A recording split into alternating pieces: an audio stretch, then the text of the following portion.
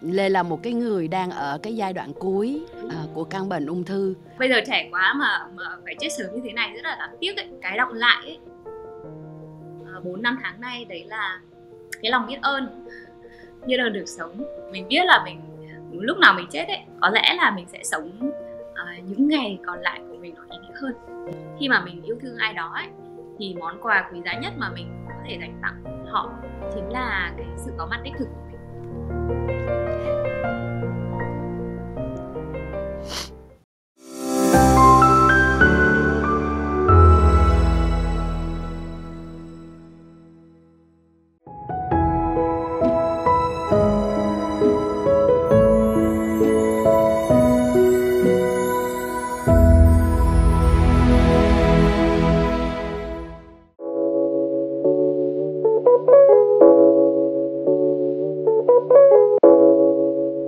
Xin chào, các bạn đang nghe podcast On Balance, đem đến những câu chuyện, những bài học đúc rút từ tuệ giác phương Đông và phương Tây, hy vọng giúp cho người nghe tìm về sự cân bằng, an lạc cũng như là cảm hứng ở trong cuộc sống. Mình tên là Lương Ngọc Tiên, là host của chương trình. Khi trải qua những khó khăn hay khi đối diện với những thách thức của cuộc đời, thường mình cũng có nghe câu nói, cuộc sống là 10% những gì xảy đến với bạn và 90% là cách mà bạn đối diện với nó. Vậy thì nhân vật khách mời trong tập podcast ngày hôm nay sẽ giúp cho chúng ta có thể nhìn lại và những khó khăn, những cái thách thức mà chúng ta đang đối diện ở trong cuộc sống, cũng như cách mà chúng ta đang vượt qua nó. Và hy vọng với vị khách mời của ngày hôm nay thì các bạn sẽ có một cái khoảng thời gian lắng đọng để nghe câu chuyện vô cùng đặc biệt của chị. Cho phép Tiên có một vài lời giới thiệu về Hồ Gia Anh Lê. Chị Anh Lê hiện đang là chuyên gia tư vấn và đào tạo về mindfulness của Đại học Yale NUS ở Singapore. Chị đồng thời cũng là chủ tịch hội đồng cố vấn về hệ thống giáo dục HBE, trường học Hạnh Phúc tại tỉnh Hà Tĩnh. Bây giờ Tiên xin mời các bạn có thể mình ngồi trong một cái sự lắng động để lắng nghe câu chuyện của chị Anh Lê. Chào anh Lê, buổi sáng hôm nay rất là vui được gặp anh Lê qua một cái màn hình như thế này. Biết là buổi sáng thì Lê có một cái khoảng thời gian để thực sự có cái năng lượng rất là tốt để có thể trò chuyện với mọi người. Nên là rất biết ơn Lê hôm nay cho Tiên cũng như là cho những bạn khán giả của On Balance có một cái cơ hội được trò chuyện với Lê nè. Lê cũng rất vui được kết nối với Tiên và các bạn ở Việt Nam trong buổi sáng ngày hôm nay. Tại vì cũng hơn 2 năm rồi chưa được về Việt Nam ấy. Mà nếu được kết nối với mọi người ở Việt Nam và nói tiếng Việt thì cũng cảm thấy nó ấm áp và thân thương hơn. Lê nói là Lê chưa có về Việt Nam thôi, chứ Tiên biết là 2 năm qua thì những cái chương trình cũng như là những cái điều mà Lê làm cho người Việt Nam mình, cho cái cộng đồng ở Việt Nam, đặc biệt là cho cái hệ giáo dục ở Việt Nam thì cũng rất là nhiều. Trong cái buổi ngày hôm nay mình cũng sẽ đầu tiên là nói chuyện với Lê trước để cho khán giả ở đây cũng có thể hiểu Lê hơn, hiểu cái câu chuyện mà hiện tại Lê đang đối diện, cũng như là hiểu cái cách mà Lê đang mỗi một ngày đi qua nó như thế nào. Và không chỉ là mình vượt qua những cái điều mình đang trải qua, mà Lê còn có rất là nhiều những cái sức mạnh đằng sau đó để có thể là cái câu chuyện chia sẻ cho mọi người hôm nay. Tiên thì cũng rất là may mắn là các bạn có biết là tuần trước thì Tiên có được đi qua Singapore và được gặp Lê lần đầu tiên. Và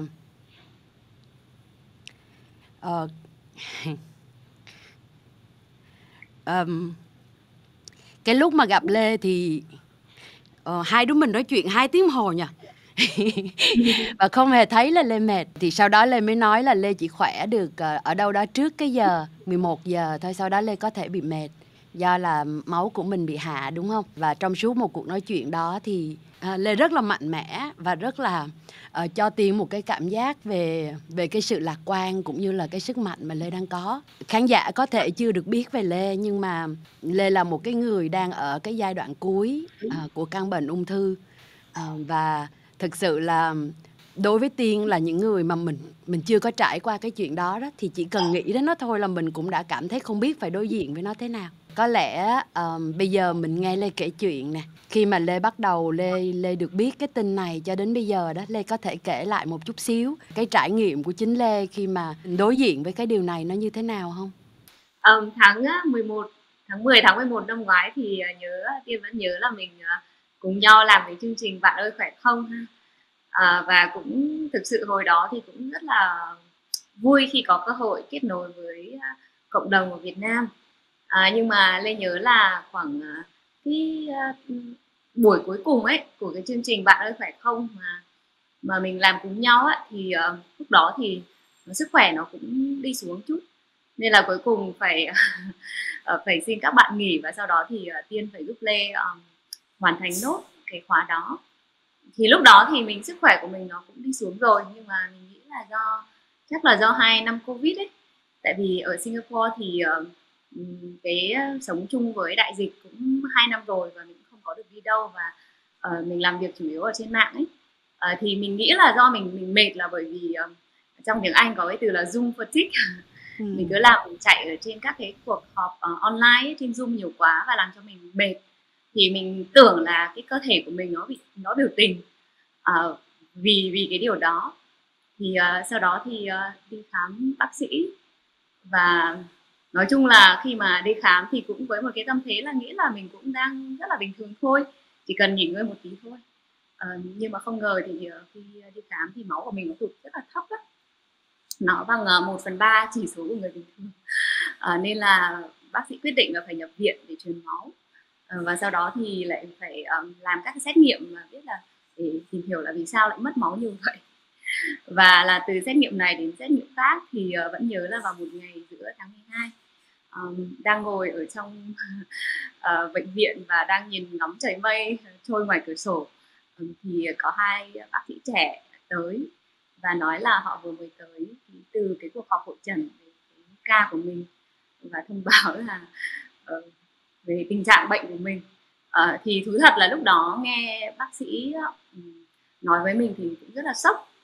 Tại vì hơn 10 năm nay thì mình sống rất là lành mạnh, tập thiền, cố gắng ăn đồ ăn sạch nhất có thể, và nói chung là những cái gì mà theo các nghiên cứu mà tốt cho sức khỏe thể chất và tinh thần thì mình thực tập gần như là hàng ngày, và cũng làm rất là nhiều dự án khác nhau ở Singapore cũng như ở Việt Nam. Thì lúc nào cũng thấy tràn đầy năng lượng, nên là khi mà bác sĩ nói là mình bị ung thư giai đoạn cuối và không chữa được nữa, và bác sĩ nói là chỉ có cố gắng để kéo dài sự sống của mình thôi, và còn nói là mình còn 6 tháng nữa. Thì lúc đó thực sự thú thật là rất là choáng, cái cảm giác là mình bị choáng bởi vì rất là sốc ấy. Nhưng mà cũng may là thực sự là mình đã thực tập thiền và thực tập cái lối sống tỉnh thức cũng hơn 10 năm rồi ấy. Thì ngay cái giây phút mà choáng váng đó thì mình cũng đã nhớ để trở về với hơi thở. Và nhớ là khi mà bác sĩ hỏi là nói với mình 5 phút như vậy về cái tình trạng bệnh của mình, và sau đó hỏi có câu hỏi gì không, thì bác sĩ ra khỏi phòng, bởi vì mình không có câu hỏi gì nữa vì choáng quá. Mình nhớ là khi mà bác sĩ vừa mới ra khỏi phòng ấy, thì mình phải đang kiểu như đang ở choáng váng, không biết là chuyện gì vừa mới xảy ra với mình. Thì trước mặt mình ấy thì có một cái bó hoa mà bạn mình tặng từ tuần trước. Thì trong cái bó hoa đó thì có một cái bông hoa đồng tiền, và nó màu vàng và nó nở như là nó đang cười với mình ấy. Thì cái ánh mắt mình bắt gặp cái bông hoa đó, thì bông hoa đó nó như là một cái tiếng chuông tỉnh thức ấy, để giúp mình trở về với trong cái giây phút hiện tại. Thì sau đó mình hít vào, sau đó mình thở ra và mình mỉm cười với bông hoa và nói ok, mình vừa nghe bác sĩ nói như vậy và bác sĩ kêu là 6 tháng, nhưng mà 6 tháng cũng dài phết, và hiện tại bây giờ mình đang thở, mình vẫn đang sống, đang ổn thôi. Thì sau đó cũng nhờ là được nói chuyện với một bác là bệnh nhân ở bên cạnh mình, thì bác nói là bác cũng đã bị ung thư và di căn, và giai đoạn cuối cũng từ năm 2018, nhưng mà đến thời điểm này bác vẫn khỏe mạnh bình thường và bác sắp 70 tuổi rồi. Sau đó thì mình được gặp bác sĩ chuyên về xạ trị. Bác sĩ tới để nói chuyện về cái ca xạ trị đầu tiên giúp mình trong cái hành trình chữa lành á. Thì nói chuyện với bác sĩ xong thì mình cảm thấy ok, mọi việc đang ổn, mình sẵn sàng đón nhận mọi thứ. Thì mình mất 30 phút để từ khi đón nhận một tin sốc nhất trong cuộc đời của mình, và đến cái giây phút là mình đón nhận mọi thứ như nó đang là. Đến thời điểm này thì cũng đã hơn 4 tháng, chuẩn bị đến 5 tháng, thì nói chung là chưa bao giờ sống cuộc sống mà nó có nhiều cung bậc cảm xúc như lần này. Nhưng mà cái đọng lại ấy, thì trong 4 năm tháng nay đấy là cái lòng biết ơn được sống. Và thứ hai nữa là lòng biết ơn khi mà được nhận rất là nhiều yêu thương từ tất cả mọi người, những người thân yêu trong gia đình, hay là bạn bè, đồng nghiệp, hay là những người mà mình chưa bao giờ từng gặp, thì như cả vũ trụ đang hợp lực để giúp mình ấy. Ngay lúc này đây thì mình thấy mình rất là may mắn và mình coi bạn ung thư là một người bạn rất là đặc biệt của mình, có lẽ là để là giúp mình sống sâu sắc hơn. Nói chung thời gian thì nó cũng là vật lý nhưng mà nó cũng là tâm lý, và mình thấy là nó không có quan trọng số lượng nó bao lâu mà cái chất lượng như thế nào. Nãy giờ từ lúc mà Lê tả cái bông hoa đồng tiền á, thì cái lúc đó Tiên nhận ra là Tiên cũng bắt đầu hít thở với Lê. Tại vì trước đó là mình cũng cảm thấy mình đang có một cái cơn xúc động nó lên. Nên là Tiên cũng biết ơn Lê khi mà Lê tả cái 30 phút đó. Và nhất là Lê tả cái bông hoa ấy. Tự dưng Tiên cũng đang nhìn thấy một cái bông hoa. Ở trong cái việc mà mình đối diện với lại những cái khó khăn thì người ta có cho mình thấy một cái biểu đồ mà thường những khi Tiên làm các cái chương trình Tiên cũng có dùng. Là khi bạn gặp biến cố thì đầu tiên bạn sốc trước nè, sau đó bạn sẽ phủ nhận nó, sau bạn sẽ rất là tức giận tại sao chuyện này lại xảy đến với mình, sau bạn bị trầm cảm vì bạn không thể vượt qua nó được. Và có nhiều người họ sẽ rớt luôn vào trong cái vùng mà họ không thể đi lên được với lại cái biến cố đó. Nhưng mà nếu như mà mình có cái sức bật và cái sức sống ở bên trong thì mình sẽ bắt đầu đón nhận như là đây là một trong những cái điều mà mình cũng đang trải qua trong cuộc đời. Để rồi mình có những cái quyết định xem là mình sẽ làm gì tiếp theo với cái tình trạng này, với cái biến cố mà đang là một phần cuộc sống của mình. Và tự dưng cuối cùng thì nó lại giống như là một phần không thể thiếu của mình. Thì đây là cả một cái quá trình một cái người bình thường đi qua một cái biến cố, và họ mỗi một cái giai đoạn như vậy nó có thể mất người ta bao nhiêu đó thời gian. Nhưng mà ở trong cái câu chuyện của Lê thì có lẽ đây là cái lần đầu tiên mà Tiên nghe một cái người thực sự chỉ mất có 30 phút để đi nguyên cái hành trình này, để rồi có thể sau đó mình cũng mất thêm thời gian nữa để mình có thể làm quen với những cái thay đổi cả về thể lý lẫn về tinh thần của mình. Nhưng mà có lẽ là đối với Lê thì cái giai đoạn mà từ lúc mình sốc cho đến lúc mình chấp nhận nó đó, nó không hề kéo dài, thậm chí cái thời gian ở đây là trong một ngày chẳng hạn. Thì Tiên thật sự là rất là, mình dùng cái từ ngưỡng mộ ở đây không có nghĩa là Lê có cái gì cả, nhưng mà thực sự là Tiên thấy cái điều này ở Lê xét về mặt sức mạnh tinh thần là vô cùng lớn luôn. Tự dưng Tiên cũng tò mò là có đôi khi mình đứng trước những cái khổ đau á, thì cái chuyện mình đối diện với nó là một, nhưng mà còn những người thân yêu xung quanh mình, ví dụ như gia đình Lê đón nhận cái tin này như thế nào? Mình nhớ là khi mà mình ở trong bệnh viện ấy và mình đón nhận tin này thì là một mình. Tại vì ở Singapore mùa Covid ấy thì không có cho người khác đi vào bệnh viện nhiều. Nói chung là cái thời gian để một người thân trong gia đình hay là bạn bè mà tới thăm ấy thì lại chỉ có 30 phút thôi. Và duy nhất trong cái quá trình ở viện ấy thì chỉ có duy nhất 2 người được vào thăm mình. Và mỗi ngày vào thì chỉ được 30 phút ạ. Thì có nghĩa là trong cái suốt thời gian mình ở bệnh viện thì mình phải đón nhận tất cả mọi thứ một mình, gặp bác sĩ một mình, lắng nghe tất cả những cái gì mà bác sĩ nói một mình, và cũng trải qua ôm ấp tất cả những cái cung bậc cảm xúc đó một mình. Mình vẫn nói một cái câu tự nói với bản thân mình và cũng nói với tất cả mọi người xung quanh mà quan tâm tới mình ấy, là may mà chuyện này xảy ra với mình ở thời điểm này chứ không phải là cách đây 10 hay là 20 năm trước. Tại vì 10-20 năm trước thì mình rất là yếu ở bên trong, nên là có thể là thay vì mà bị ung thư tấn công ấy thì mình đã bỏ cuộc bởi vì bị sốc quá và hoang mang và tuyệt vọng ấy, và không biết là làm gì tiếp ạ. Thì nói như vậy thì thấy là mình cũng khá là vững vàng và có nhiều sức mạnh trong cái hành trình này. Nhưng mà tất cả mọi người xung quanh ấy thì lại từ bố mẹ rồi em rồi những người trong gia đình hay là bạn bè đồng nghiệp, thì mọi người lo cho mình nhiều hơn là mình.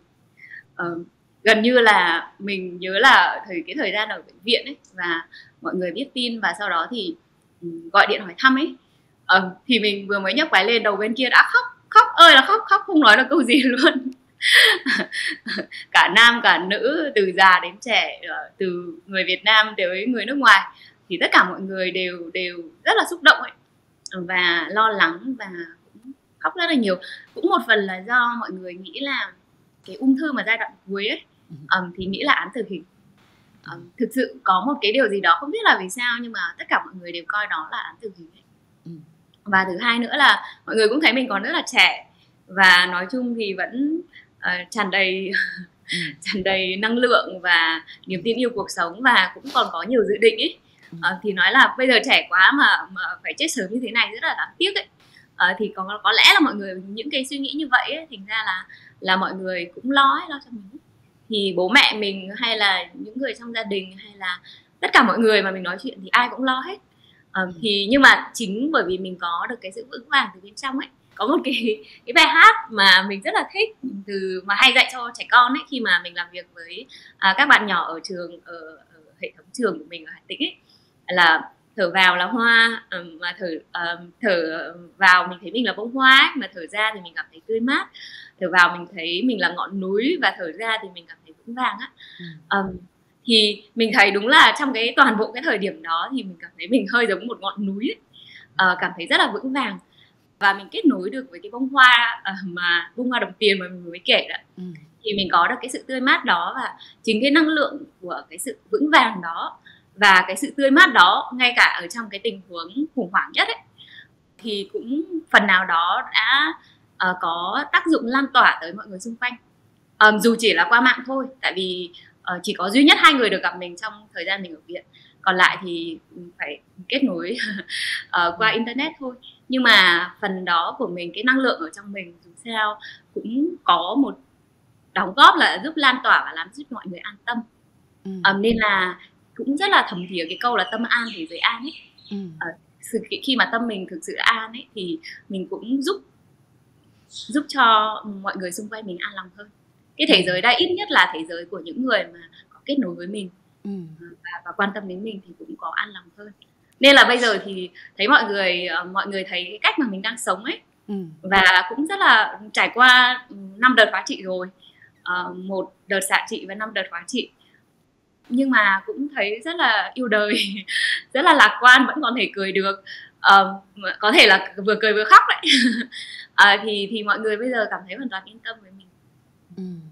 Lê nói một điều mà Tiên nghĩ là vô cùng đáng quý luôn, là giống như ở trong tình huống mà đáng lý cái người đau khổ nhất, cái người cần phải than trách nhất, cái người cần khóc nhiều nhất, hoặc là một cách rất tự nhiên mình nghĩ đó phải là cái người đang bệnh chứ.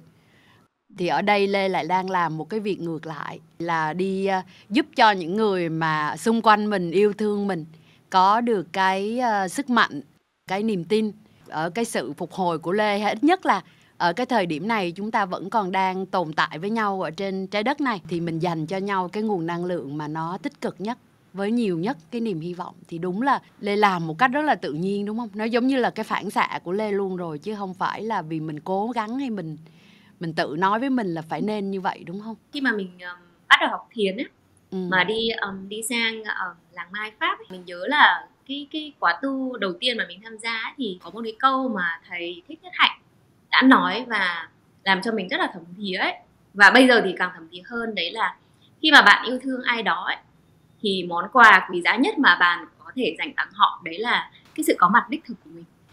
Nhưng mà cái sự có mặt đó cần phải có chất liệu của cái sự tươi mát, cái sự vững vàng, cái sự bình an ấy. Cái hạnh phúc đó được thì lan tỏa, thì cái sự có mặt đó mới có ý nghĩa. Và đấy mới chính là cái món quà mà thực sự có giá trị mà mình muốn gửi tới những người mình yêu thương. Mình cũng tự ngẫm lại ấy, thì ngay trong lúc này thì mình không còn làm việc được nhiều nữa. Cái khả năng cống hiến của mình về mặt công việc ấy, thì chỉ còn khoảng 10% thôi. Vì gần như mình đã dừng hết tất cả những cái dự án mà mình đã làm thời gian trước đây, tạm dừng.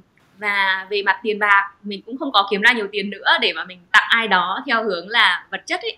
Thì mình càng thấy là càng quan trọng hơn khi mà mình thực sự dành tặng mọi người. Có thể là mình gặp trực tiếp, như là những người bác sĩ hay là y tá gặp mình mỗi ngày để chăm sóc mình, hay là những người quan tâm đến mình và muốn hỏi thăm mình qua điện thoại. Thì mình vẫn muốn dành tặng mọi người một món quà, dù người đó là ai. Có thể là những người mà mình rất là thân yêu và mình gặp rất là nhiều lần rồi, có những người mình chưa bao giờ gặp, thì mình vẫn muốn là khi mà mình còn thở và mình còn có mặt ở cái hình hài này, thì mình vẫn muốn dành tặng mọi người một cái món quà, và món quà đó là từ trái tim. Nó không cần phải đi ra thư thị để mua. Thì đó nên là cái sự vững vàng của mình ở bên trong, và một cái vững vàng nó thật sự. Ví dụ bây giờ mình đang nói câu này và mình khóc, nhưng mà khóc ở đây không phải là mình bởi vì mình cảm thấy sợ hay là mình cảm thấy thương hại bản thân mình, mà mình bởi vì mình khóc vì cảm thấy xúc động ấy. Thì ngay cả những cái thời điểm đó thì mình nghĩ là mình vẫn có thể dành tặng một người một cái món quà. Rất là biết ơn món quà Lê đang tặng. Tiên tin là Tiên hay là những người mà đang nghe cái podcast này thì có thể chắc cũng nhận được cái món quà của Lê nhiều hoặc là ít nè. Lúc mà Lê nói về cái việc là mình trao đi cho mọi người một cái năng lượng á, thì tự dưng nó làm cho Tiên nghĩ đến cái câu chuyện mà Lê đang đối diện. Và Tiên nhận ra rằng là khi mà những người mà không có bệnh á, mà mình nghe ai đó mình thương quý mà họ bị bệnh á, thì rõ ràng cái thứ mà nó hút mình nhiều nhất là một cái suy nghĩ về cái chết. Và tất nhiên là ai mà nghĩ đến cái chết rồi là sẽ nghĩ đến những điều rất là kiểu bi quan, là một cái đoạn kết, là một cái bản án gì đó. Thành ra là họ không có thể nào mà họ có cái năng lượng tươi mát được. Lúc đó tự dưng những cái nỗi khổ, niềm đau nó lại lên rất nhiều. Trong khi Lê lại rất đặc biệt ở chỗ là Lê ở cái hoàn cảnh mà cái thứ mà Lê đang trao cho mọi người là một cái năng lượng của sự sống, của hiện tại, của những cái điều lạc quan nhất. Thì chắc chỗ này thì Tiên nghĩ là Lê nói là nếu như mà cách đây 10 năm trước thì Lê có lẽ sẽ không có những cái điều này. Thì Tiên nghĩ là mọi người cũng biết cái công việc chuyên môn của Lê là làm về mindfulness cho trường đại học Yale NUS ở Singapore. Cũng như là Lê có một cái hệ thống cùng với gia đình và những người bạn của mình tạo ra một cái hệ thống trường học hạnh phúc ở Hà Tĩnh. Mà ở đó Lê cũng mang cái tâm huyết của mình, cũng như là những cái điều mà Lê đã biết để có thể tạo nên cái môi trường hạnh phúc, không chỉ là cho các em nhỏ mà là những thầy cô, cũng như là một cái mình gọi là có thể là cái hệ sinh thái xung quanh cái ngôi trường đó. Lê có rất là nhiều ước mơ cũng như là những cái điều mà Lê đúc rút được, thì Tiên nghĩ là chỗ này là rất là muốn được nghe Lê chia sẻ về cái quá trình mà mình tích lũy những cái trải nghiệm cũng như là những cái thực hành mà đang tạo cho Lê cái sự vững vàng như ngọn núi, đồng thời là cái sự tươi mát như bông hoa đó, ở ngay trong chính cái hoàn cảnh khó khăn mà phải gọi là lớn nhất của một con người. Mình nhớ là cái giây phút ấy mà bác sĩ tới với mình và bác sĩ nói là cái bệnh của mình nó không chữa được ấy, và bác sĩ chỉ cố gắng để kéo dài sự sống, và có khoảng 6 tháng. Sau khi mà qua cái mấy giây mà vượt qua được cái cú sốc đó ấy, và sau đó mình nhớ là mình thở bằng bụng. Cái ý nghĩ tiếp theo mà lên trong đầu mình ấy, đấy là thực ra thì tất cả chúng ta ai cũng sẽ chết, nhưng mà phần lớn sẽ không biết là mình lúc nào mình chết. Thì nếu mà giả sử mà mình biết là mình lúc nào mình chết ấy, thì mình sẽ có lẽ là mình sẽ sống những ngày còn lại của mình nó ý nghĩa hơn. Thì thực ra thì nó là một cái từ ý nghĩa của cuộc sống ấy, là nó là một cái chủ đề mà nó đi xuyên suốt cuộc đời của mình. Ngay từ khi còn bắt đầu có suy nghĩ ấy, thì mình đã làm thế nào để mình có thể sống ý nghĩa hơn. Và đến thời điểm này thì trải qua nhiều giai đoạn của cuộc đời ấy, thì mình cái ý nghĩa của cuộc sống với mình nó khác nhau. Nhưng mà ngay lúc này đây ấy, ý nghĩa cuộc sống của mình với mình ấy, đấy là mình lan tỏa những cái giá trị yêu thương, những cái hạt giống tốt đẹp, cái gì tích cực cho cộng đồng, để thực sự có thể đóng góp vào cái hệ sinh thái cho tốt đẹp hơn. Thì tất nhiên là thế giới có rất là nhiều vấn đề, và có quá là nhiều, đặc biệt là sau cái thời điểm giống mấy năm qua đại dịch nữa, thì mình thấy, và bây giờ là chiến tranh, thì mình thấy là có quá nhiều vấn đề đi. Nhưng mà trong cái thời gian mình có và trong cái khả năng mình có thể, thì qua những cái suy nghĩ, những cái lời nói và những cái hành động của mình, thì mình cũng có thể làm thế nào đó để lan tỏa thêm. Mình hay dùng gọi là cái từ là mình là người gieo hạt, I am a seed planter. thì nghĩa là mình qua mỗi ngày mà mình sống ấy thì mình mong muốn là qua cái suy nghĩ của mình, qua lời nói và qua hành động của mình thì mình đóng góp để gieo thêm được nhiều cái hạt giống tốt. Và hạt giống đầu tiên là trong tâm của mình, thứ hai là trong những cái người, với tất cả những người mà mình có dịp kết nối, là gia đình, là bạn bè, và hơn nữa là cái hệ sinh thái giáo dục. Tại vì thực sự giáo dục là tương lai của cả thế giới trẻ em hôm nay, thế giới ngày mai đấy. Thì đấy là cái suy nghĩ của mình là luôn là như vậy. Thì cuộc sống của mình chỉ có ý nghĩa khi mà mỗi ngày mình có thể gieo được thêm nhiều cái hạt giống tốt trong mình và trong cái thế giới xung quanh mình. Nên là mình cái thực tập mà để có những cái gieo hạt đó ấy, thì với mình nó là một phần như kiểu nó tự nhiên như hơi thở, nó tự nhiên như là nó cần thiết, như kiểu mình cần đồ ăn rồi thức uống hàng ngày ấy, để duy trì cái sự sống của mình. Nó bắt đầu bằng những cái suy nghĩ đầu tiên mà khi mà mình thức dậy buổi sáng. Như là rất là nhiều người Việt Nam mình biết là rất là thích cái câu là cảm ơn cuộc đời mỗi sớm mai thức dậy, cho ta thêm ngày nữa để yêu thương. Thì mình thực sự thực tập cái câu đó bắt đầu phải từ năm 2012 ấy, là lúc mà mình cũng trải qua một cái căn bệnh, đấy là bệnh sốt xuất huyết lần thứ 2 và nó có nhiều biến chứng và cũng suýt chết ở trong bệnh viện. Thì từ cái thời điểm 2012 đến nay ấy, là 10 năm, thì gần như sáng nào mình thức dậy mình cũng cái suy nghĩ đầu tiên ấy là cái câu đó. Và thực sự cảm thấy biết ơn từ trái tim luôn. Mình cũng không biết là ngày mai mình còn sống hay không, nhưng mà ít ra ngày hôm nay thì mình còn sống, mình còn thức dậy được và mình có thêm một ngày nữa. Và cái quan trọng nhất của ngày hôm nay làm thế nào để mình có thể yêu thương được, yêu thương chính bản thân mình, yêu thương những người xung quanh mình, và hy vọng là yêu thương được cả thế giới này nữa. Đấy là một cái thói quen hạnh phúc và nó bắt đầu từ suy nghĩ. Và suy nghĩ thì có cái câu đấy là mình gieo suy nghĩ thì gặt lời nói, mà gieo lời nói thì gặt hành động, mà gieo hành động thì gặt thói quen, mà gieo thói quen thì lại gặt tính cách, và gieo tính cách thì gặt số phận. 10 năm nay thì mỗi buổi sáng thức dậy mình luôn luôn tâm niệm cái câu đó. Nên là những cái lời nói của mình mình cảm thấy nó cũng có nhiều yêu thương hơn so với cách đây 10 năm hay là 20 năm.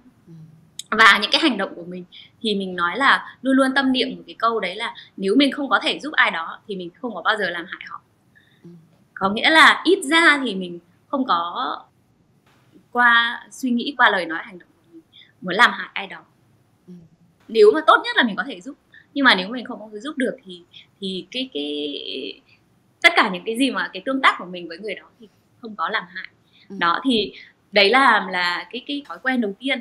Thói quen thứ hai ấy, thì không biết là các bạn khán giả của chương trình thì đang nghe chương trình này từ ở phần nào ở Việt Nam, nhưng mà mình là quê ở miền Trung. Và miền Trung thì mọi người biết rồi đấy, mỗi năm thì có rất là nhiều bão và lũ. Ngày xưa thì đúng là mình khi còn bé thì nhà cũng rất là nghèo nữa và cũng trải qua rất là nhiều thiên tai ấy. Thì có một cái thói quen ấy là của ông bà ngày xưa và bố mẹ mình, và đấy là luôn luôn cố gắng chắc chiu những cái ngày mà trời còn nắng ấm, còn đẹp.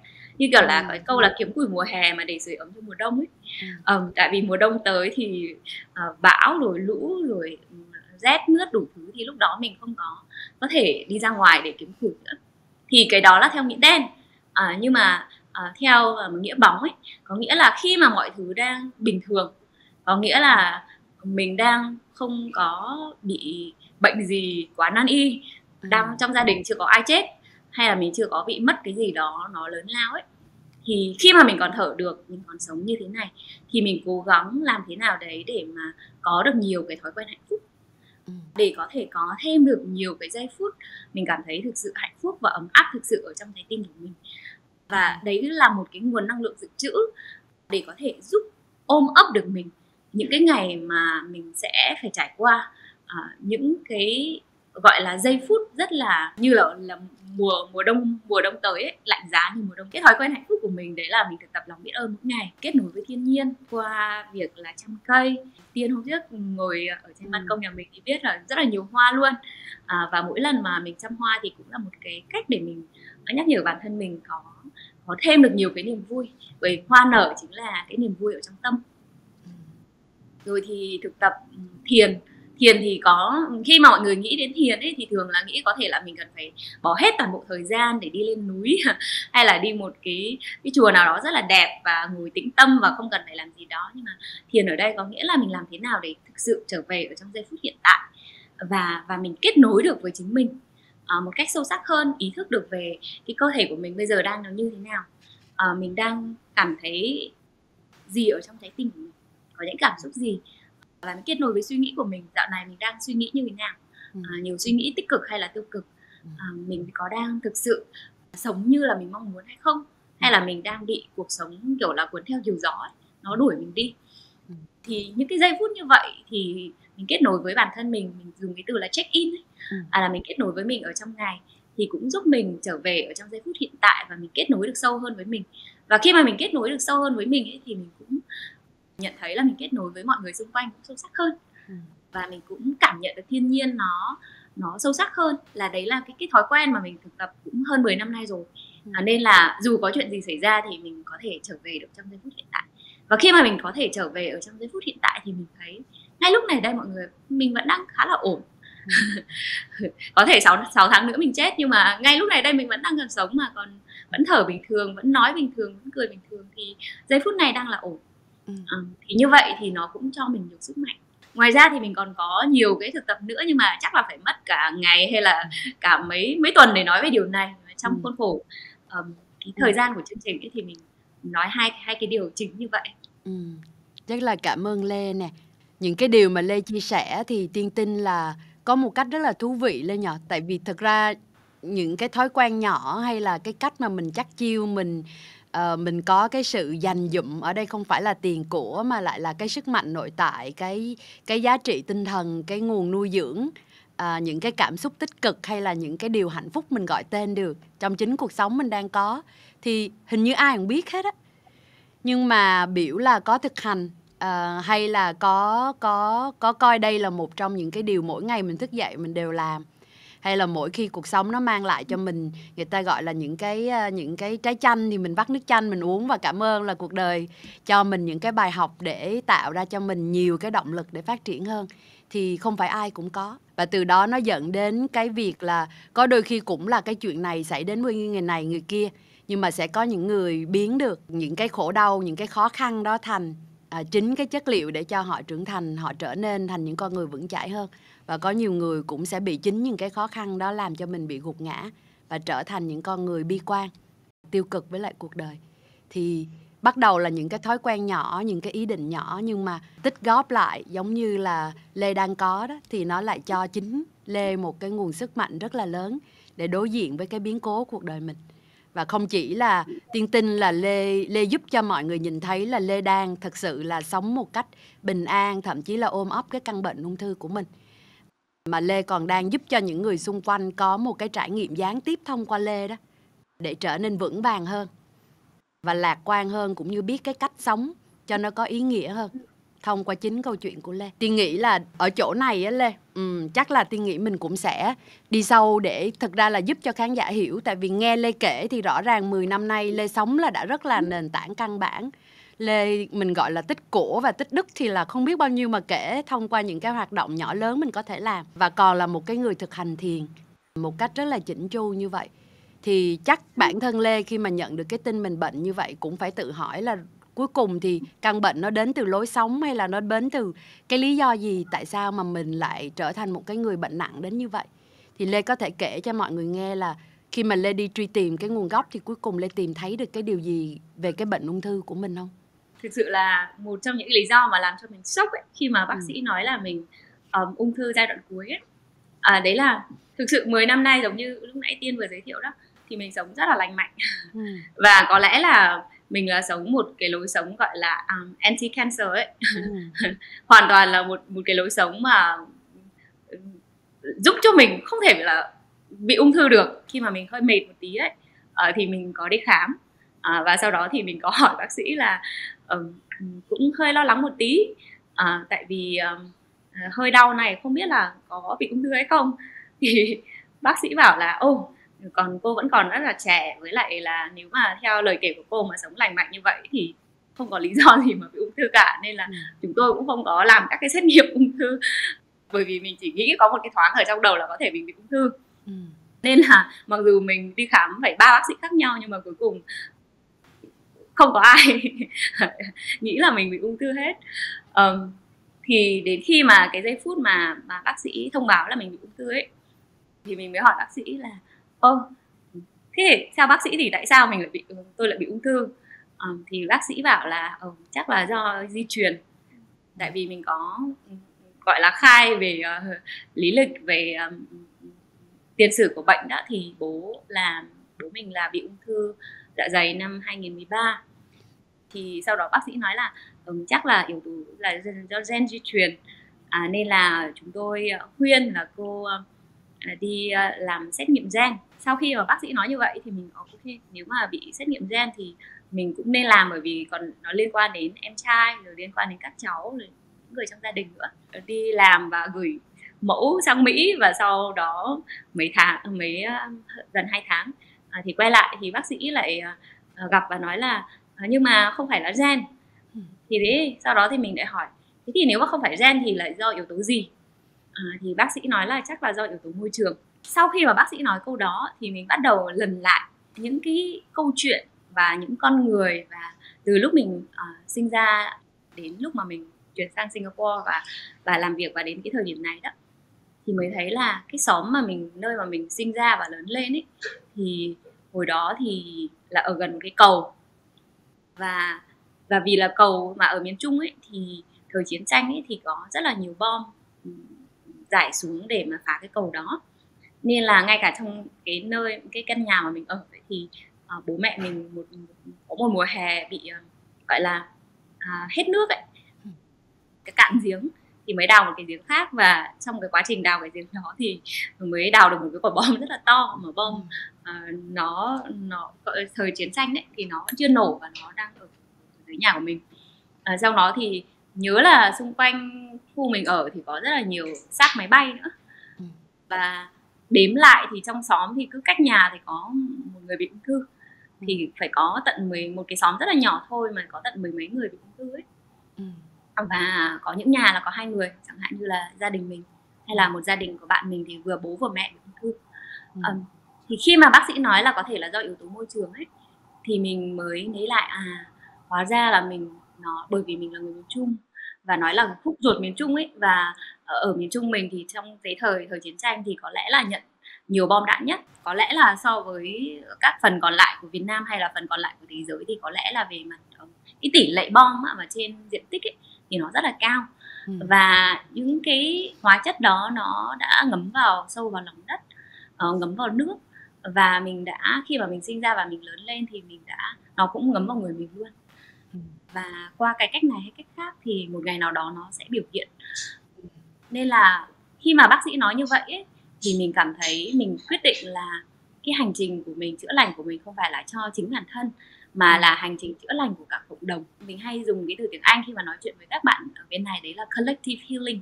Bởi vì thực ra ấy, mình là một người khá là ít nói, và đặc biệt là khi mà mình có cái khó khăn gì liên quan đến bệnh tật hay là liên quan đến cảm xúc ấy, thì thường mình sẽ rất là ít khi mà nói với người khác, hoặc là chỉ nói với 1-2 người mà mình thân thôi.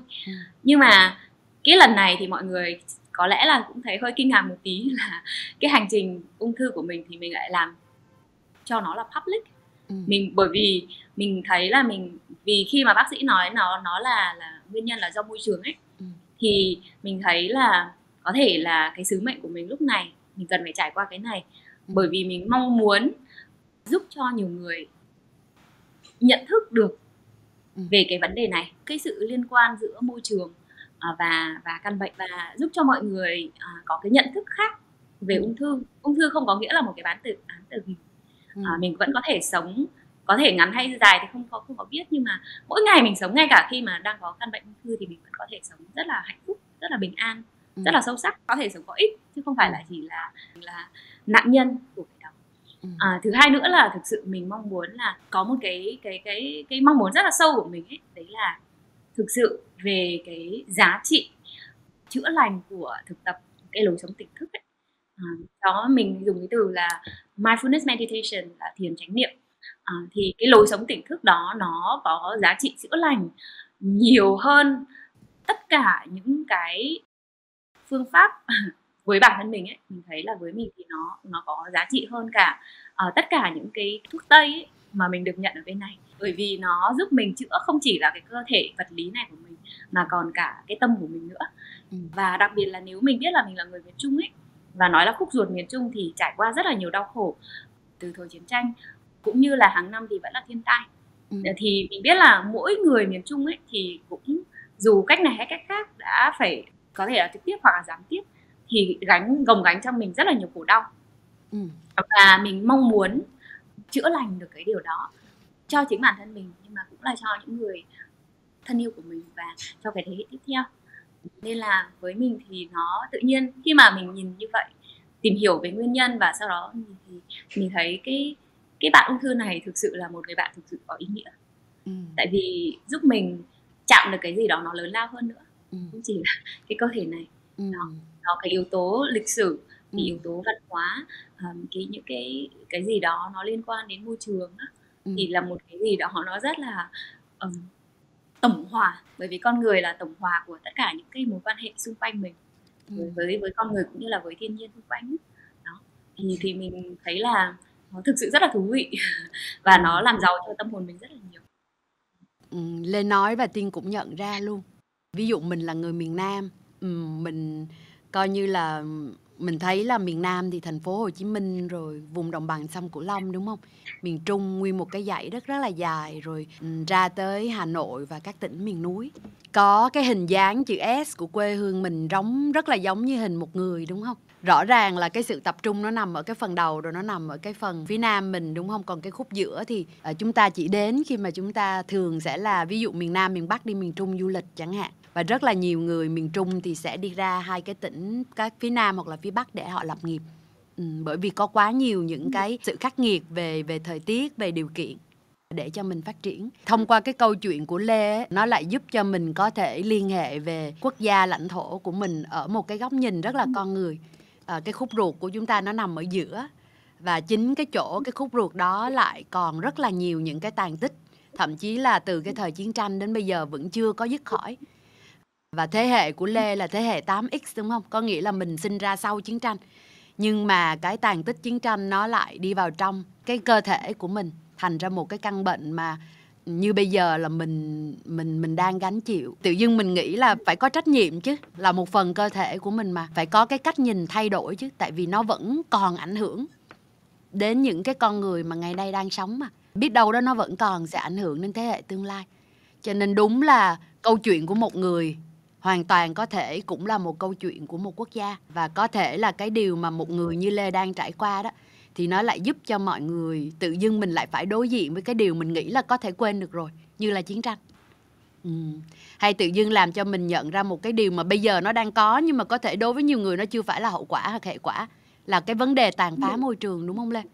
Có thể nó không như là bom đạn chiến tranh ngày xưa, nhưng mà với một cái quá trình tích tụ nhiều những cái hóa chất như vậy lâu ngày thì biết đâu nó cũng có thể trở thành những cái nguồn bệnh về sau. Cho nên đúng là mình chưa nhìn thấy không có nghĩa là nó không xảy ra. Và đây có thể là cái thời điểm, hoặc là cái mình gọi là cái sự cần thiết của tất cả mọi người có quan tâm đến chính cái sức khỏe của mình, hay là những người xung quanh mình, hoặc thậm chí là cả một cái cộng đồng lớn. Lê kể về câu chuyện của Lê nè. Tiên nhớ cái lúc Tiên cũng rất là tò mò hỏi Lê khi Tiên mời Lê tham gia chương trình á. Nếu như mà ngày tháng của Lê có hạn, ít ra thì mình cũng biết so với những người khác thì mình là một ngày tháng có hạn. Thì với cái khoảng thời gian còn lại á, những người mà họ bình thường á Lê, họ hay có cái bucket list á, là danh sách những điều tôi muốn làm trong cuộc đời. Và có rất nhiều những cái bộ phim họ làm cho những cái bucket list này á, nó còn hài hước, nó còn đi quá hơn nữa. Làm những cái điều rất là kỳ quặc, rất là thám hiểm, rất là đi vào những cái thái cực để gọi là mình có trải nghiệm cuộc đời. Tiên tò mò muốn biết là Lê có cái bucket list đó không? Danh sách những điều Lê muốn làm cho cuộc đời của mình mà từ giờ trở đi đó. Tại vì tự dưng mình biết là ngày tháng của mình nó có giới hạn hơn. Mình coi là mình là một người khá là may mắn, bởi vì mình sinh ra ở miền Trung. Miền Trung á, thì có rất là nhiều bão lũ hàng năm. Có những năm phải có hơn 12 cơn bão ấy. Thì mình nhớ là khi hồi còn bé ấy, thì mình đã ý thức về vô thường của cuộc sống rồi. Nghĩa là mình nghĩ là không phải là đến già thì mới chết Mà mình rõ ràng là mình nhìn thấy những người trẻ có thể chết bởi vì do bão và lũ mà, thì có thể là những người còn rất là trẻ vẫn chết ở xung quanh mình. Nên là cái sự hữu hạn của cuộc sống ấy là một điều mà mình đã nhận thức khi còn bé. Nên là chính vì cái điều đó nên là mình cũng từ đâu đó trong cái tâm thức mình ấy, thì mình đã gieo một cái hạt giống đấy là làm thế nào để mình cố gắng sống mỗi ngày mà mình có bây giờ một cách rất là trọn vẹn, bởi vì mình cũng không biết là bao giờ mình chết. Thì đấy cũng là có lẽ là một cái điều do là yếu tố địa lý. Đấy thì mình phải lớn lên cùng với bão lũ mà của miền Trung rồi mà, thành ra là mình đã nhận ra cái điều đó, nên là vì cái điều đó nên là mình luôn luôn đau đáu với cái câu hỏi đấy là về ý nghĩa của cuộc sống. Làm thế nào để có thể cuộc sống có ý nghĩa hơn.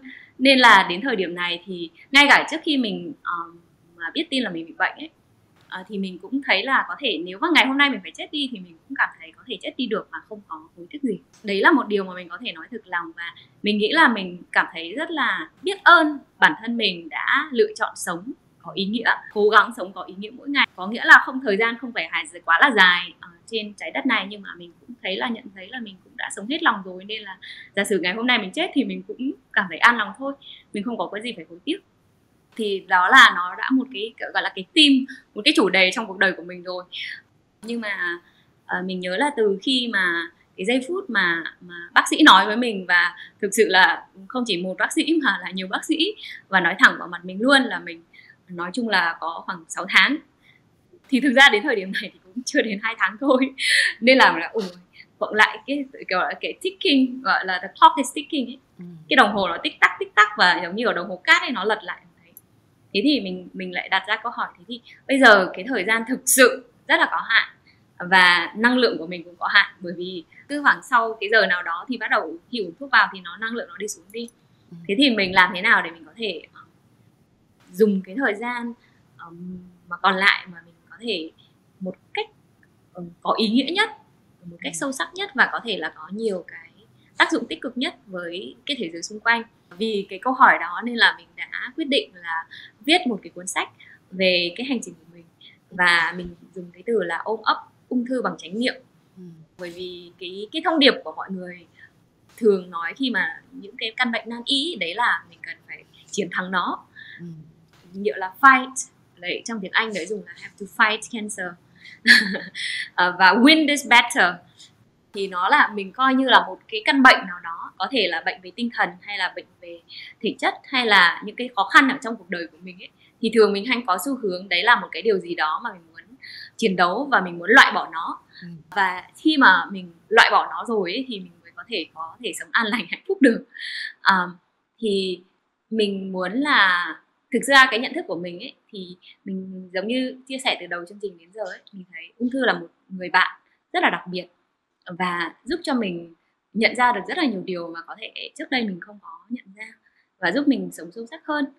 Nên là mình rất là biết ơn người bạn này, và mình coi người bạn này là một phần rất là quan trọng của cuộc đời mình, nên là mình không có muốn chiến đấu gì hết, và mình mong muốn ôm ấp, mình muốn đón nhận tất cả mọi thứ nó đến với mình, và mình dùng cái năng lượng của chánh niệm, của cái sự tỉnh thức, của yêu thương để mình ôm ấp, và hy vọng cái việc qua ôm ấp đó thì có thể giúp chuyển hóa.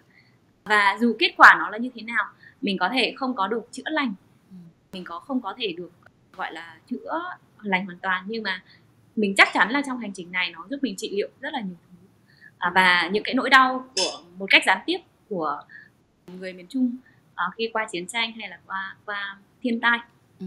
Nên là mình thực sự mình mong muốn hai cái điều mà bây giờ mình vẫn cảm thấy rất là tâm huyết và mong muốn dành cái thời gian còn lại để đấy là thứ nhất là giúp mọi người có một cái nhận thức khác về ung thư, về những cái yếu tố về môi trường, về lịch sử, về văn hóa, về lối sống, vân vân. Và ung thư nó chỉ là một trong cách đấy, nhưng mà có thể là những cái căn bệnh khác, có thể là liên quan đến bệnh trầm cảm chẳng hạn. Nó cũng có rất là nhiều yếu tố khác nữa, chứ không phải chỉ là yếu tố về mặt tinh thần, đúng không? Thứ hai là giống như mình nói đó, mình thấy là trong cái hành trình của mình thực sự 2 lần suýt chết, một lần là do suýt xuất huyết và lần này là ung thư ấy, thì cái vai trò của mindfulness ấy, trong tiếng Việt thì mình có thể dùng từ là chánh niệm, rồi thiền, rồi tỉnh thức, có nhiều từ khác nhau, nhưng mà với mình thì cái lối sống mà có nhiều hiểu biết và yêu thương ấy, nó có tác dụng chữa lành rất lớn, và nó tốt hơn với mình là nó hiệu quả hơn và một cách lâu dài hơn bất kỳ cái loại thuốc tây nào. Và có thể là ở Singapore thì y học rất là phát triển nên là mình có cơ hội được dùng tất cả những cái gì tiên tiến nhất. Nhưng mà mình tin rằng là nếu mà mình được chữa lành ấy, hay là sức khỏe mình khá lên rất là nhiều, thì cái thuốc đó nó chỉ có một phần rất là nhỏ thôi. Cái phần lớn ấy, cái công lớn của cái hành trình chữa lành này đó là cái mindful living. Và nếu mà dịch một cách thuần Việt nhất thì đấy là mình lựa chọn cái lối sống mà có nhiều cái sự thấu hiểu và yêu thương. Cái đó là một cái năng lượng và mà giúp mình chuyển hóa được ở bên trong những cái nỗi đau ở bên trong, về cả thể xác, về cả tinh thần, và giúp mình làm được nhiều điều hơn khi mà mình đến với những người xung quanh bằng cái năng lượng đó. Đây là điều mà mình mong muốn lan tỏa, và hy vọng là giúp mọi người có thể, nếu ai đó chưa bao giờ biết thì có thể cảm thấy tò mò và muốn tìm hiểu thêm và muốn thử. Ai đó mà biết rồi, theo kiểu bây giờ Việt Nam thì nó là cũng khá là gọi là hot ấy, nó khá là trendy, nên là ai cũng nói, có thể là người đi thiền, nhà đi thiền, và từng công ty này đến công ty khác, và coi như nó là một cái bucket list, một cái checklist. Nhưng mà mình mong muốn nếu ai mà đã biết chút rồi ấy, thì thực sự là thử theo hướng là có thể as if your life depends on it.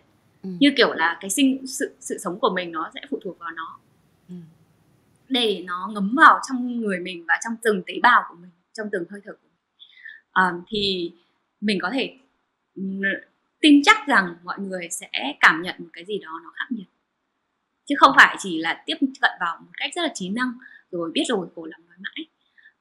Và giống như lúc nãy mình có nói một ý là bây giờ thì trong cái mùa đại dịch ấy, và đặc biệt là bây giờ chiến tranh nữa, và những cái yếu tố về biến đổi khí hậu vân vân, thì cuộc sống sẽ ngày càng khó khăn hơn, và đặc biệt là khó khăn cho các bạn nhỏ. Mình rất là thương các bạn nhỏ mà sinh ra sau này, bởi vì thế giới mà các bạn sống thì nó có nhiều khó khăn hơn, thực sự nhiều thử thách hơn so với cái thế giới mà chúng ta sống ở thế kỷ 20. Nên là nếu mà bố mẹ mà thương con ấy, thì nếu mà vẫn nghĩ là chạy đi kiếm tiền rồi tích lũy nhiều tài sản để giữ lại cho con ấy, có lẽ là cũng không giúp nhiều cho các bạn nhỏ sống hạnh phúc hơn. Nên là cũng hy vọng là bố mẹ sẽ đầu tư nhiều hơn vào hạnh phúc của chính mình. Một trong những cái câu thư pháp của thầy Thích Nhất Hạnh mà mình thấy rất là xúc động và thấy thực sự rất là thích ấy, đấy là hạnh phúc của bố mẹ là gia tài lớn nhất, quý giá nhất mà để lại cho chúng con. Thì khi mà mình tới với mọi người ấy, mình cũng muốn chia sẻ điều này là nếu mà mình muốn thực sự để lại gia tài cho ai đó thì hãy cố gắng làm thế nào để nuôi dưỡng hạnh phúc trong chính tâm mình. Và đấy là cái món quà mà mình có thể dành tặng cho chính mình, cho mọi người xung quanh và cho thế hệ tương lai. Lê tặng nhiều quà cho mọi người quá.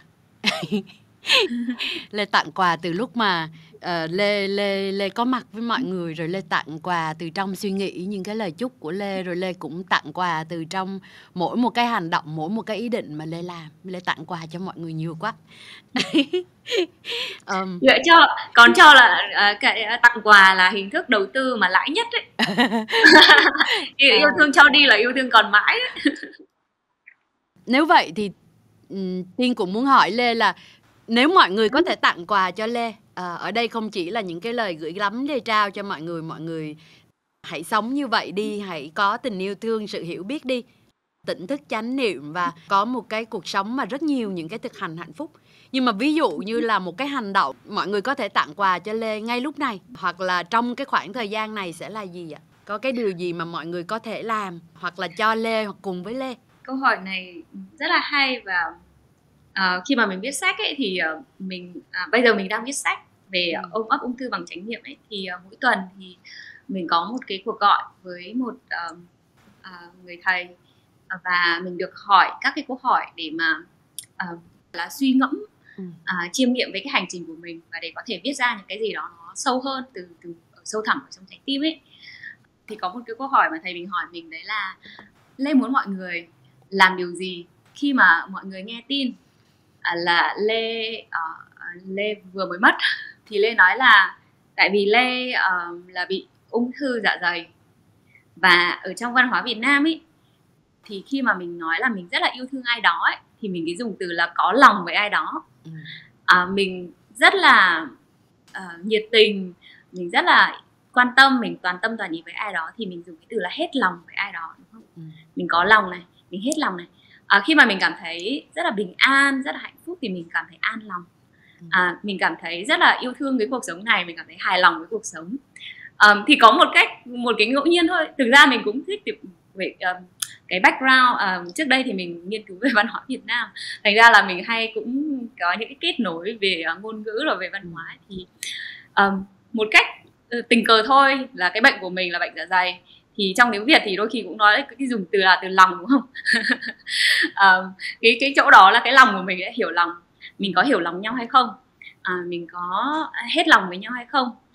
Mình có cảm thấy hài lòng đó. Thì mình nói là có thể cái giây phút mà ngay cả không phải cần chờ đến giây phút mà mọi người nghe tin là mình vừa bị chết đâu, mà ngay từ giây phút này ấy, thì nếu mà mình có lòng với nhau ấy, thì hãy để tay lên bụng và thở 3 hơi thở thật là sâu. Mình cái hít và chú tâm hoàn toàn vào cái sự phồng lên và xẹp xuống của bụng thôi, và cảm nhận một cái sự bình an khi mà mình có mặt ngay lúc này đây, rất là sâu với chính mình và với nhau. Và sau đó thì nở một cái nụ cười rất là tươi. Thì đấy là cái cách mà Lê muốn mọi người tự tặng quà cho chính mình và tặng quà cho Lê mỗi khi chúng ta nhớ đến nhau.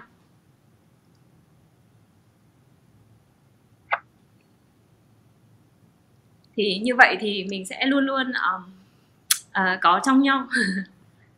Thì đấy là cái câu trả lời của Lê khi mà thầy Lê hỏi như vậy, và bây giờ Lê cũng chia sẻ lại cái câu trả lời đó với Tiên và với các bạn.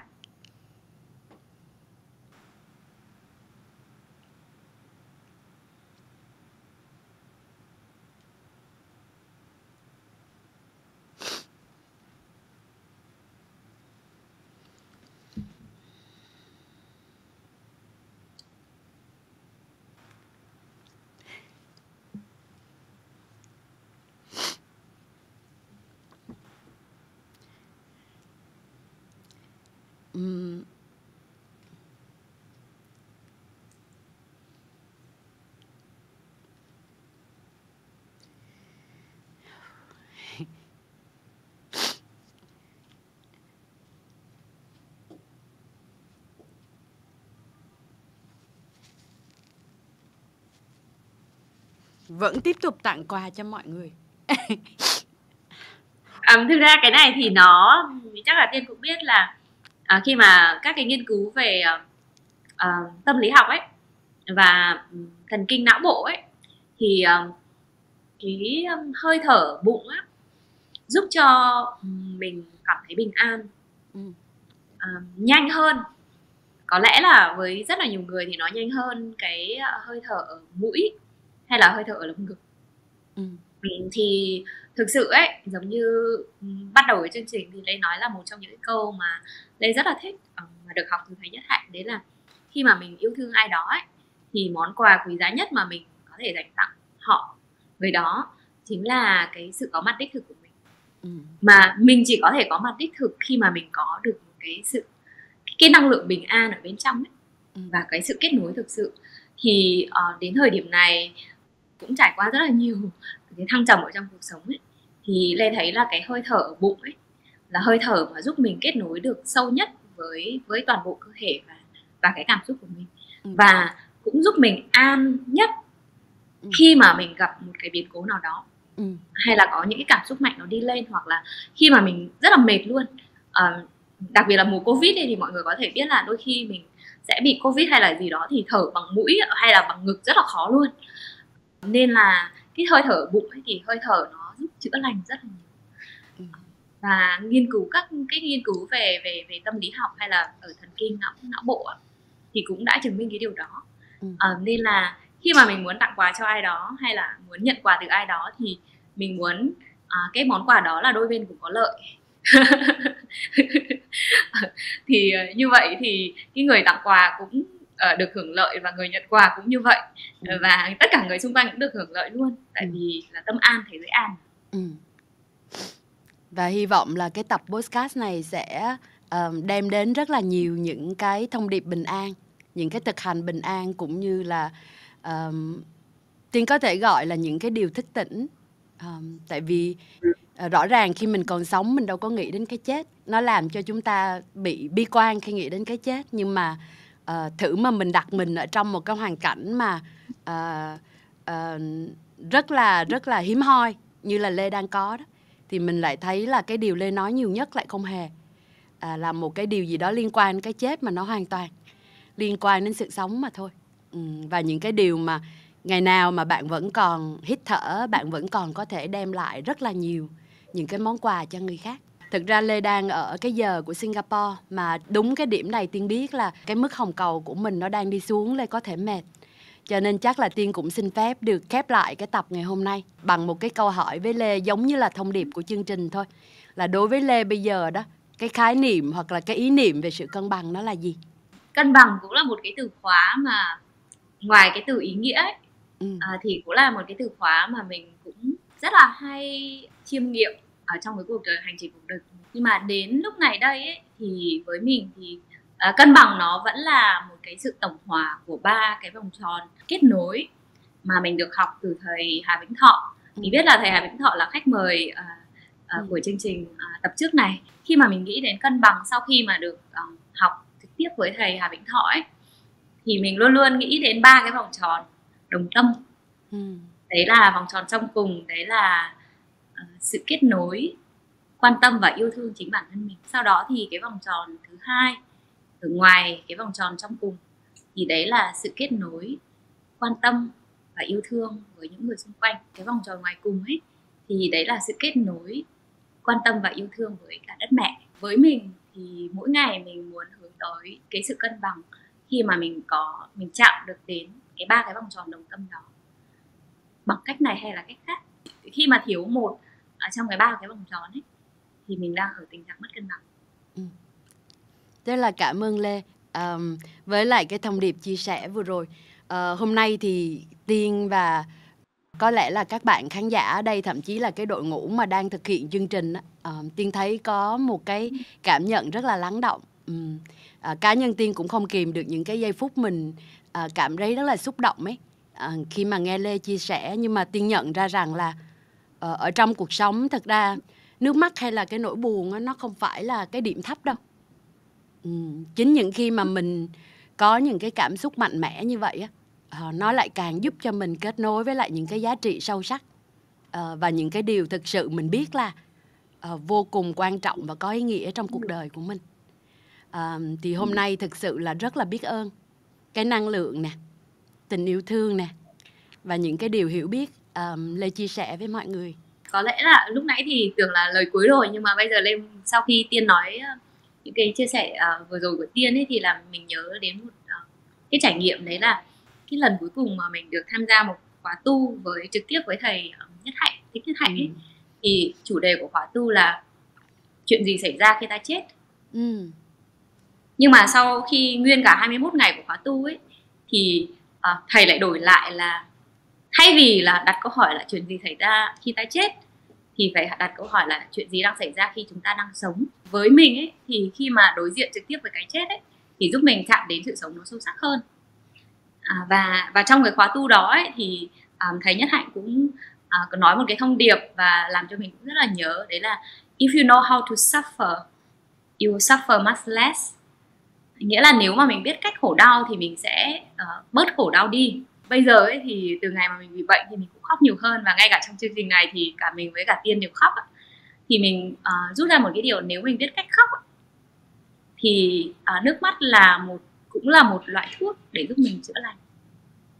Khóc không phải là bởi vì mình là nạn nhân, tại sao lại là mình, tại sao ông trời lại bất công như vậy lại cho mình cái bệnh nan y này. Khóc không phải là bởi vì mình tuyệt vọng, mà cái nước mắt đó nó là một cái thế nào nhỉ, một cái giống như là một cái giọt nước ấy, để giúp nó chạm rất là sâu ở trong cái sâu thẳm của tâm hồn mình, và giúp mình như là một cái thuốc mà nó có thể chạm đến để giúp mình chữa lành những cái nỗi đau ở bên trong, và từ đó thì giúp mình gọi là cái healing ấy, it takes place, nó diễn ra mà không phải là do nhận thuốc và để giết chết cái đó đi, mà bởi vì mình chấp nhận cái điều đó và mình để cho nó một cách rất là tự nhiên, là một quá trình giống như là trời mưa và nước mắt, những cái giọt nước mắt đấy là đang giúp mình tưới những cái hạt giống của sự thấu hiểu, của sự yêu thương ở ngay trong sâu thẳm của trái tim mình. Và cái năng lượng của thấu hiểu và yêu thương đó thì là cái liều thuốc chữa lành tuyệt vời nhất. Nước mắt đấy làm ấm lòng. Lẽ là cái điều mà mình có thể chốt lại ở trong cái hành trình của mình. Những cái giọt nước mắt làm cho mềm những cái mặt đất đang cằn khô, đúng không? Đi vào và tưới tẩm trái tim của mình để giúp cho chúng ta mở lòng yêu thương cả thế giới này. Lê ơi, Tiên nghĩ là Tiên rất là muốn được hát cái bài mà thở vào thở ra là hoa thơm mát với Lê. Hai đứa mình cùng hát có được không nhỉ? Tiên hát đi, xong đó mình làm các cái động tác cho Tiên sợ giọng Tiên nó đang coi như là động, nhưng mà thôi để Tiên xin phép cặp đôi hoàn cảnh. Rồi Tiên hát bài này, cái Lê làm động tác cho mọi người, những cái câu hát để mang cái năng lượng cũng như là món quà khi mình kết chương trình cho mọi người ha. Rồi, thở vào thở ra là hoa tươi mát, là núi vững vàng, nước tĩnh lặng chiếu không gian thanh thang. Chúc Lê có một ngày bình an hạnh phúc nè. Vô cùng cảm ơn Lê cho cái buổi nói chuyện rất là có ý nghĩa ngày hôm nay. Cảm ơn Tiên rất là nhiều. Mình rất là cảm thấy mình được chữa lành rất là nhiều và cũng có thêm nhiều hạnh phúc hơn sau với buổi nói chuyện ngày hôm nay. Và hy vọng là cũng góp một chút năng lượng tích cực đó cho các bạn ở Việt Nam khi xem chương trình này. Vậy là chúng ta đã nghe câu chuyện của anh Lê rồi. Các bạn có cảm nhận gì? Có rút ra được cho mình những cái thông điệp gì hay là không?